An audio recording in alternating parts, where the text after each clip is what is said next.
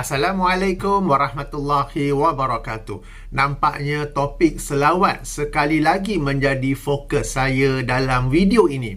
Jika sebelum ini saya ulas atau react ke atas kenyataan Ustaz Don Daniel bahawa selawat secara biasa adalah cemuih, yang ini membosankan, dalam video kali ini saya akan ulas atau react pula ke atas kenyataan Ustaz Amidi bin Zainul Asri yang menyatakan amalan selawat sentiasa diterima meskipun ia dibaca dalam keadaan sedang melakukan maksiat. Sambil itu, jemput menikmati pemandangan penerbangan melintasi benua Eropah sehinggalah mendarat di London Heathrow International Airport. Sebenarnya tak banyak yang dapat dilihat sebab suasana awan yang meliputi atau apa yang disebut sebagai overcast clouds. Akan tetapi apabila menghampiri London Heathrow International Airport, di hujung video ini kelak akan dapat dilihat suasana hijau di bumi United Kingdom. Sebelum itu juga, seperti biasa, saya ingin minta jasa baik para penonton untuk menjaga adab dan akhlak apabila menulis komen setelah menonton video ini. Ayuh kita jadikan video ini sebagai perbincangan ilmiah yang memandaikan umat, menajamkan minda dan mematangkan akal, bukan pula selainnya. Baik, saya akan mainkan audio sahaja. Link bagi video ini saya berikan dalam kotak description. Ayuh kita dengar apa yang dikatakan oleh Ustaz Amidi. Selawat ni, dia hebat. Kita selawat ni apa dia? Satu-satunya amalan. Selawat ni lah satu-satunya amalan yang Allah tidak akan tolak. Tonton sembahyang maghrib tadi, tonton zikir subhanallah tadi, tonton semua astaghfirullah tadi. Semua amalan itu di antara Allahumma salli ala sayyidina Muhammad al-maqbul wal mardud, diterima ke ditolak tak tahu. Tapi selawat ini satu-satunya amalan Allah terima terus. Tonton buat dalam keadaan apa? Dalam keadaan maksiat ke, berjalan ke, duduk ke, riak ke, ujub ke, subhan ke, Allah terima. Kata Syekh Al-Fasi dalam syarah Dalailul Khairat, dia kata wa kullul a'mal fiha al-qabul wal maqdud illa as-salatu ala Nabi Muhammad sallallahu alaihi wasallam fa innaha maqbulah ghairu mardud. Kata dia, setiap amalan itu di antara terima dan ditolak, di antara duduk tengah-tengah. Allahumma salli ala sayyidina Muhammad, kecuali selawat kepada Nabi Muhammad sallallahu alaihi wasallam. Selawat dekat Nabi ini, tuan-tuan, maka tidak akan ditolak sama sekali. Baik, kita sudah pun mendengarnya. Ada dua perkara yang perlu saya ulas daripada kenyataan Ustaz Amidi. Pertama, bahawa selawat diterima dalam semua keadaan. Ini sebenarnya sesuatu yang saya biasa juga dengar sebelum ini. Tetapi selama saya mendengarnya, dan sebagaimana yang disebut oleh Ustaz dalam video kita baru dengar ini, tidak ada dalil yang dikemukakan bagi menyokong kenyataan tersebut. Bagi kami Ahlus Sunnah wal Jamaah, berdasarkan manhaj salafus salih, atau ringkasnya dikenali sebagai salafi, apa-apa amal ibadah tidaklah terapung-apung antara diterima atau ditolak. Tidaklah kita nak kata tak tahu antara diterima atau ditolak, tetapi akan diterima oleh Allah Subhanahu Wa Taala jika ia menepati dua syarat. Syarat pertama adalah ia dilakukan dengan ikhlas, dengan hati yang ikhlas. Syarat ini adalah berdasarkan hadis masyhur yang dikeluarkan oleh Imam Al-Bukhari, Muslim dan lain-lain. Juga merupakan hadis pertama daripada hadis 40 yang disusun oleh Imam An-Nawawi, bahawa Rasulullah sallallahu alaihi wasallam bersabda, innamal a'malu binniyat. Bermaksud, sesungguhnya amalan itu tidak lain adalah berdasarkan niat. Oleh itu, apa-apa amal ibadah yang dilakukan bukan kerana Allah, maka ia tertolak. Ini termasuklah berselawat. Contohnya, sambil buat video ini saya kerap kali berselawat dengan niat orang memuji saya, kononnya saya ini seorang yang bagus kerana sering berselawat, maka selawat saya itu ditolak. atau dalam erti kata lain tidak diterima oleh Allah Subhanahu Wa Taala kerana saya tidak ikhlas dalam berselawat.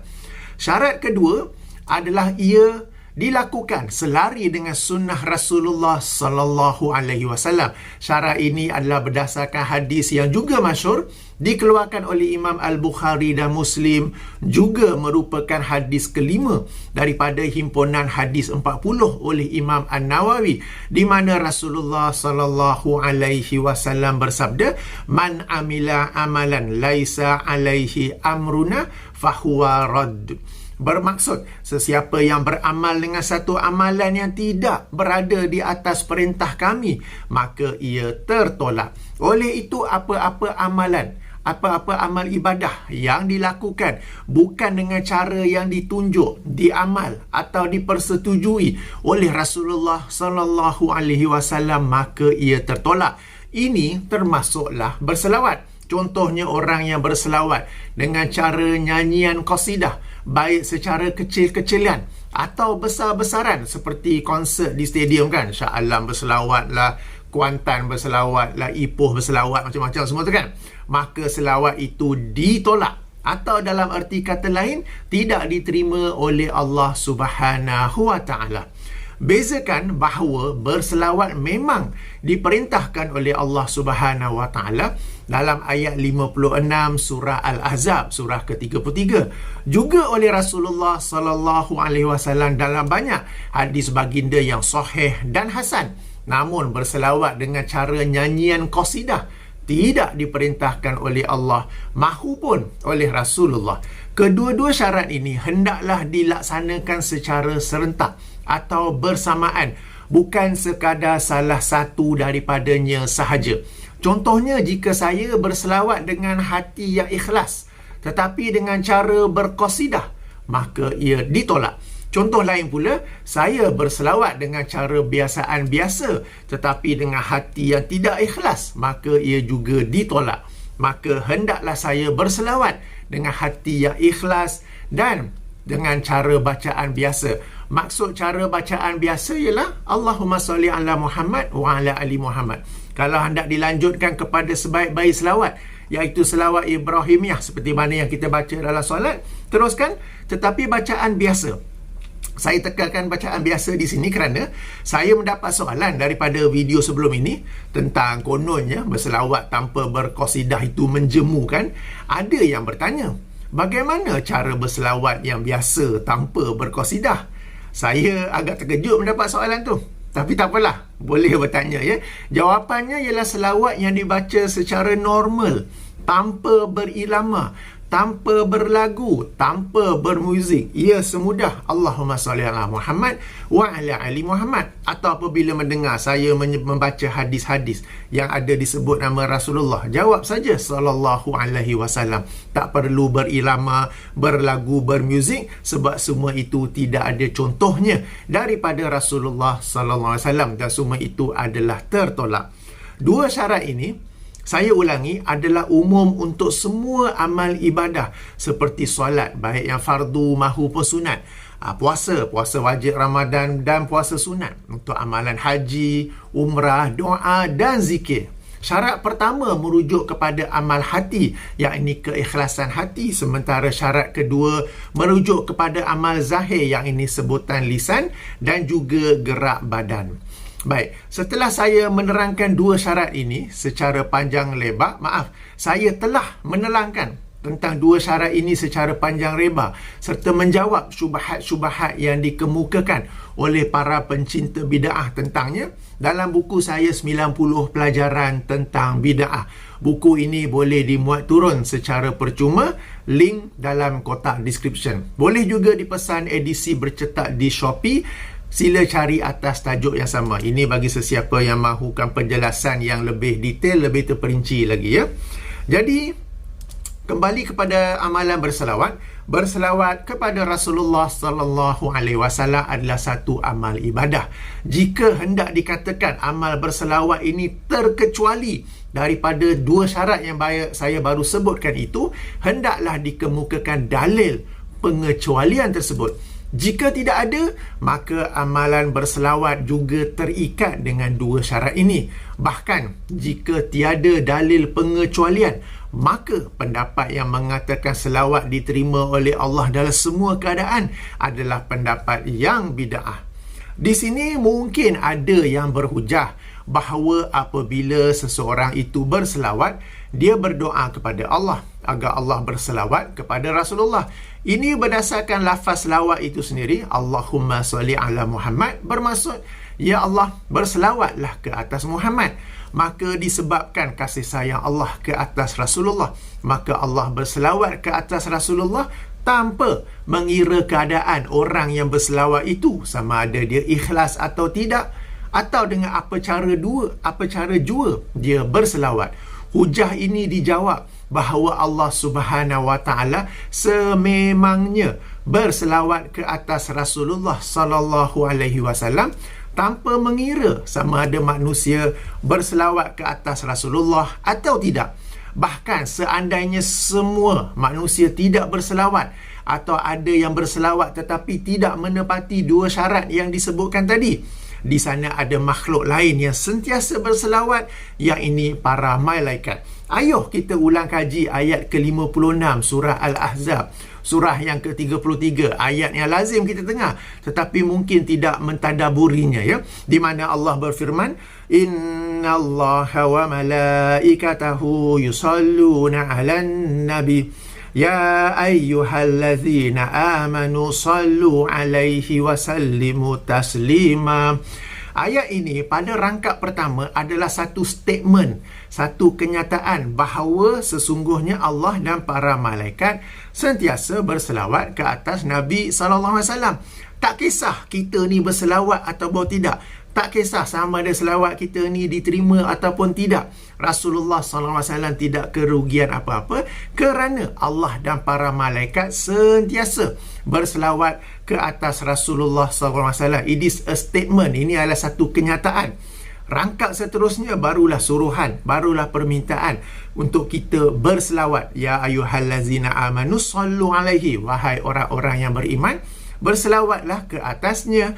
Tapi kalau selawat itu tidak diterima oleh Allah sebab niat yang tidak ikhlas ataupun dilakukan dengan cara yang salah, ia tidaklah mengurangi apa-apa pada diri Rasulullah kerana sebagaimana rangkap pertama, Allah dan para malaikat sentiasa berselawat ke atas Rasulullah sallallahu alaihi wasallam, sentiasa, ya.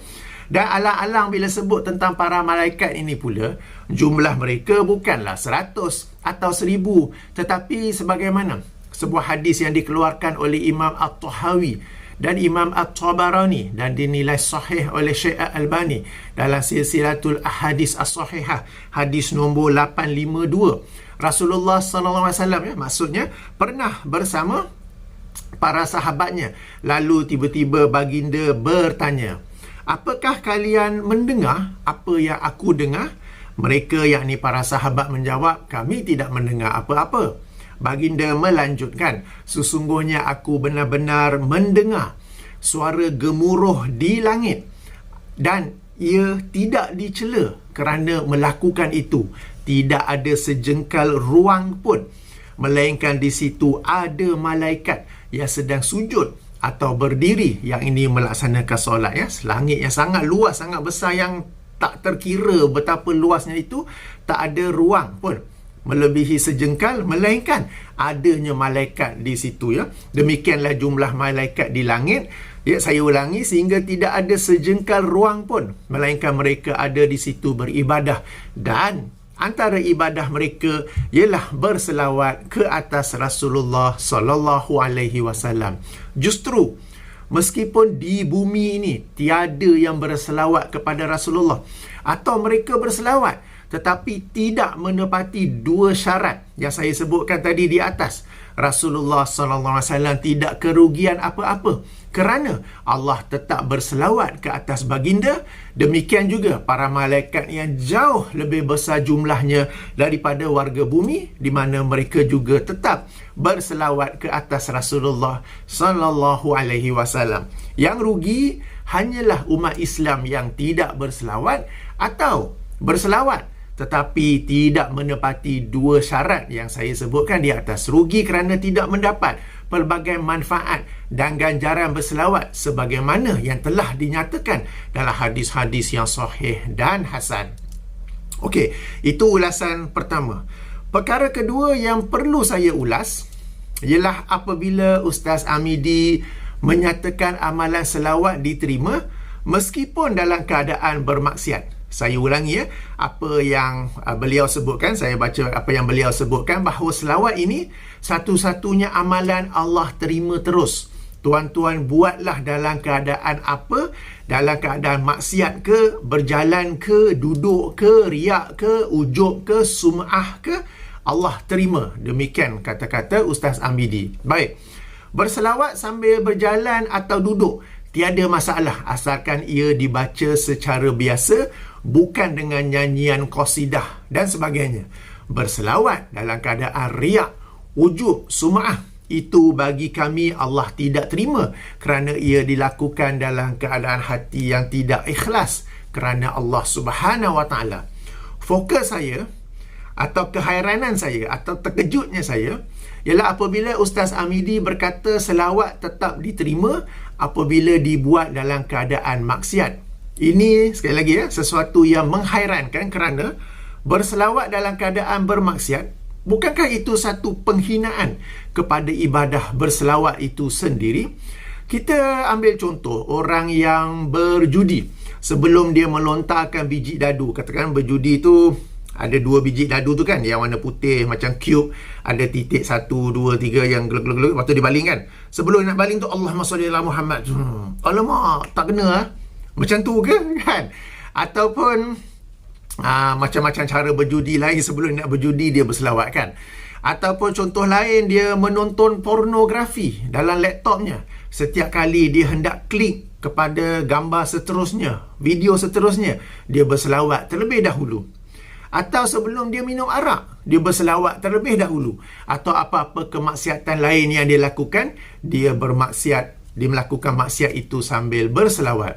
Ini jelas adalah satu penghinaan kepada ibadah berselawat. Selawat tersebut bukan sahaja tidak diterima oleh Allah Subhanahu Wa Taala kerana dilaksanakan dalam keadaan yang tidak menepati syarat kedua yang saya sebutkan sebelum ini, tetapi juga merupakan satu penghinaan ke atas ibadah selawat itu sendiri.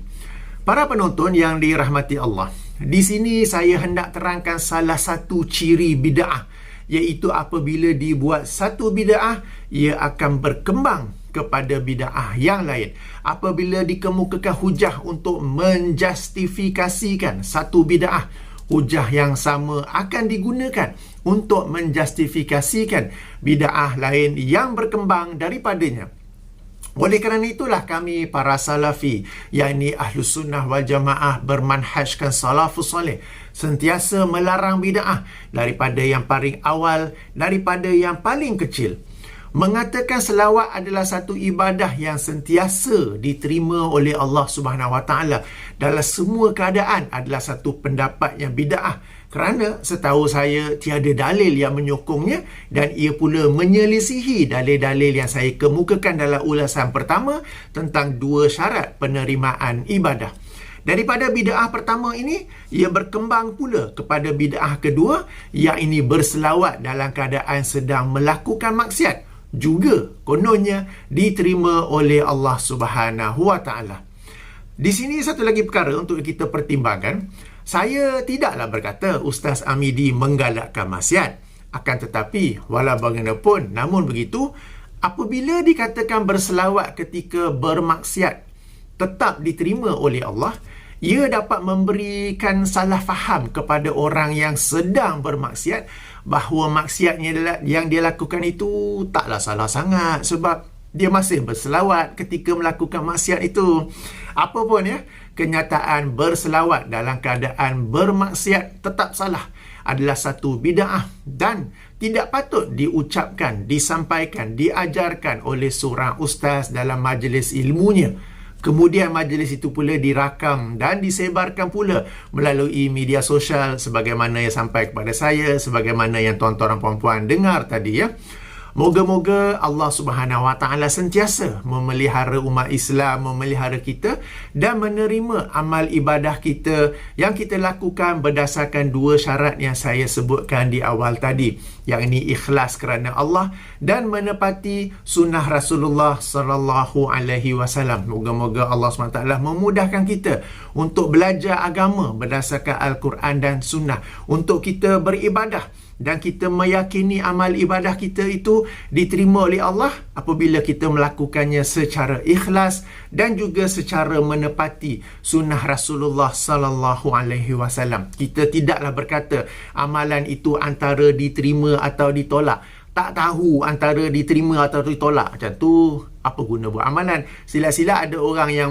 mula membuat cara ibadah yang lain sebab bila kita cuba betulkan dia akan kritik balik. Engkau pun mana engkau tahu amalan kau diterima? So macam mana engkau nak mengkritik amalan aku diterima? Maka kenyataan itu sendiri bahawa kita tidak tahu amalan itu diterima ataupun ditolak, ataupun amalan itu berada antara diterima dan ditolak, itu sendiri adalah satu bid'ah. Kerana jika amalan seseorang itu diterima atau ditolak, dia pun tak tahu, itu akan menyebabkan dia macam tak payah ibadah kot. Dan kalau dia nampak orang lain buat salah, dia pun tak akan tegur. Sebab aku punya amalan pun aku tak tahu dia terima ke tak. So who am I to say amalan dia tak terima? Kalau ia pun kita tegur, kita tengok ada orang yang berzikir cara pelik ke, solat cara pelik ke apa ke, kita tegur, dia pun boleh balas balik. Engkau pun tak tahu amalan kau diterima atau tidak. Who are you to say amalan aku ini salah? Bukankah ini satu kenyataan yang, sekali lagi, satu kenyataan bid'ah yang membuka, yang membesar, berkembang menjadi bid'ah yang lain Jadi meskipun kita dengar macam biasa-biasa je amalan itu berada di antara diterima dan ditolak, tetapi itu kenyataan yang salah. Adapun kita ahli sunnah wal jamaah berdasarkan manhaj salafus salih, kita berkata hendaklah kita beramal ikhlas kerana Allah dan menepati sunnah Rasulullah SAW. Dengan cara itu, amal ibadah kita akan diterima oleh Allah Subhanahu Wa Taala. Baiklah, saya tinggalkan tuan-tuan dan puan-puan dengan pemandangan menghampiri pendaratan di London Heathrow International Airport sekarang ini. Saya tutup dengan subhanakallahumma wa bihamdika asyhadu an la ilaha illa anta astaghfiruka wa atubu ilaika. Assalamualaikum warahmatullahi wabarakatuh.